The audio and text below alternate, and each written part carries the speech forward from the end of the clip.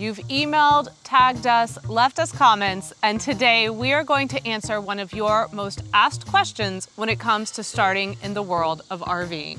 Motorhome versus towable. But first, some swoops and swirls from our logo.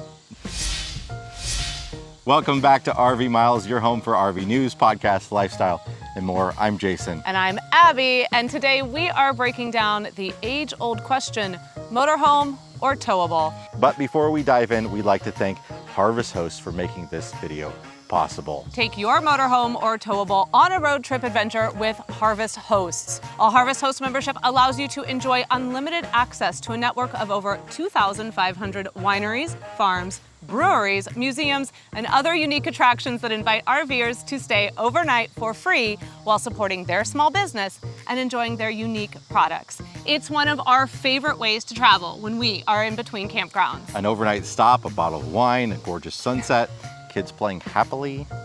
Magical. Save 15% on your Harvest Host membership when you head over to rvmiles.com/harvesthost. That's 15% off your Harvest Host membership for RV Miles listeners and viewers over at rvmiles.com/harvesthosts. Outside of price, the motorhome versus towable question is probably one of the first major questions a buyer is faced with when they're deciding what RV is right for them. And if you aren't careful, it's a question that can really weigh you down and make purchasing an RV incredibly overwhelming. And we know this from experience, having been motorhome owners and now towable owners. So today, we're going to focus on a few pros and cons of each in hopes of offering some clear insight that'll help you make the right decision for you. And at the end of the video, we are also going to share the #1 reason why we went from a motorhome to a towable. But first, let's talk motorhomes. Motorhomes, by definition, are RVs that are driven on their own, powered by an engine, ranging from small camper vans to 45-foot-long motor coaches to school bus conversions like we had. They all fall under the Class A, Class B, or Class C category. Class Bs are built inside a van chassis, Class Cs are built out from a cutaway van chassis, and Class As are built on a custom motorhome chassis. The driver's area is accessible to the rest of the vehicle, making for a comfortable journey for passengers who need to move about the cabin, but only if they are adults. Motorhomes can be a bit easier to drive than most larger towables, primarily because trailer sway on the highway is not an issue, and turns are just a bit simpler. Motorhomes can offer some incredible amenities, but they will come at a price. Class A motorhomes can reach a price tag of $500,000 or more, with the average diesel being in the $300,000 range. One main disadvantage to a motorhome is that unless you tow a vehicle behind you, you'll have to break down camp to visit sites or go to the grocery store. That means unhooking the power and water, bringing in the slides, stowing things that fall off shelves and tables, and unleveling, and then repeating the whole process backwards when you get back. That said, if you intend to be the type of camper that packs everything you need for your trip, drives to a location, and stays there, then you may not need a towed vehicle. Bicycles, motorcycles, golf carts, rental cars, free campground shuttles, taxis, Ubers are all great methods that motorhome owners employ to avoid towing a vehicle, but frequent travelers often find that type of planning to be tedious. Many motorhome owners don't plan to tow a vehicle, but end up changing their minds pretty quickly. So let's talk about pull-behind vehicles, which can often be very nimble and easy on fuel mileage. When we were in our bus conversion, we towed a Chrysler Town & Country minivan for a family of 5. Not exactly nimble, but it worked, and it was great having a separate vehicle for exploring national parks and running errands, like those dreaded trips to the laundromat. Towing options include flat towed, where all 4 wheels are down on the ground, or on a tow dolly like we used, with 2 wheels on the ground and 2 up on the dolly. Just remember, a select few vehicles can be towed 4 down. Most front-wheel drive vehicles can be towed on a dolly, but dollies can be a bit of a hassle. Yours is one of those? Then a flatbed trailer is your only option, which is possible, but wow, those can be difficult to stow at a campground. Also, motorhomes are great for people traveling with pets. There's plenty of room for them to wander around and places for cages if need be. Another consideration when it comes to motorhomes is car seats for children. All car seats need to be in forward-facing seats, and while all newer motorhomes have seat belts in the living area, sometimes there isn't a forward-facing seat or enough of them. Most newer models also incorporate the latch system for car seats.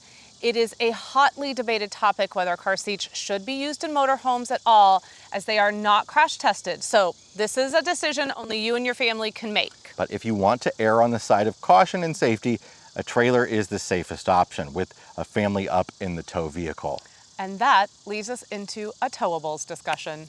Towable RVs are those that are generally pulled behind a truck or sometimes a smaller vehicle. They are drastically less expensive than a comparable motorhome, which is why over 90% of RVs sold are trailers. That's even growing more and more every year. Towables range in size from the tiniest little teardrop trailer to a massive 40-foot plus trailer with multiple slide outs. Common types of towables include conventional travel trailers, fifth wheels, truck campers, and pop-ups. One major advantage to a towable, especially if you already own a truck or a capable SUV for towing, is that you bring your own vehicle with you, allowing you the ease of access to the areas outside of the campground. But this can also be the biggest disadvantage for some because you need a serious truck to pull the bigger towables. And if you have to pay $60,000 for enough truck to haul your trailer, there might not be much left in the way of cost savings. That said, in a market where trucks are holding their value at an incredible rate,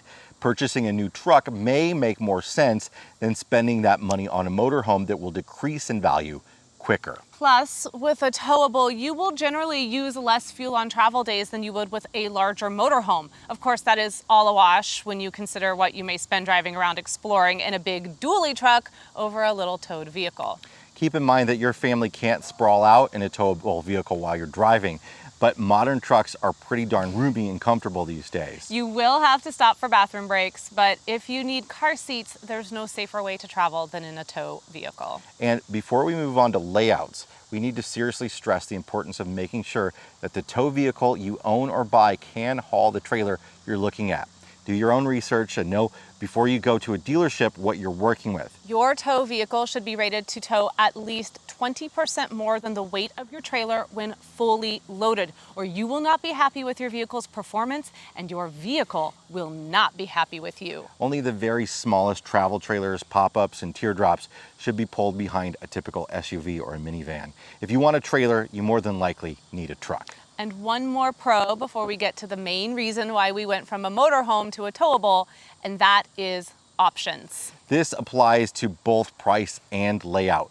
Towables come in all shapes and sizes, allowing for all types of floor plans to meet all types of camping needs and budgets. Motorhomes don't get quite as big as trailers and are much more limited in floor plan options, especially bunkhouses for you families with kids. So, what was our number one reason for moving from a motorhome to a towable? Dual engines. Not just the engine, but powertrain, all of the stuff that goes with it. One of the biggest things to consider when purchasing a motorhome is maintenance. You'll be adding additional vehicle maintenance to your list, including oil changes and routine care. Those things can get real costly real quick, especially if you're dealing with a diesel engine. After 3 years of living full-time with 2 engines to care for, one of them being a diesel, we were ready for something a little easier. I honestly thought this was a bit silly at first, but it became a real challenge for us, especially as full-timers. If your motorhome needs service while you're on the road, that means you're off to a hotel, which can be a very costly added expense depending on the length and the severity of the repair. For us, a towable just made sense. If our truck needs to go into the shop, we can Uber it back to our home and have everything we need in one place to keep life as normal as possible. Or we can rent a car, which is why after 2 years with a travel trailer, we've opted to continue the trailer life and move into a fifth wheel to keep that towable journey alive. That said, lots of people love the motorhome life, and you really can't beat the view from a big Class A going down the road or the nimble flexibility of getting around in a Class B van to virtually anywhere. So that's it. Those are just a few of the pros and cons when it comes to a motorhome versus a towable. But what would you add to the list? Let us know in the comments below, and if you like this video, please help that algorithm out and give us a thumbs up. We'd also like to invite you to join us each week for the latest in RV and outdoor news, the RV Miles podcast, and new RV Life focused videos. And speaking of RV life, check out this video on 5 things to ignore when buying an RV. Or this YouTube generated one. See you next time.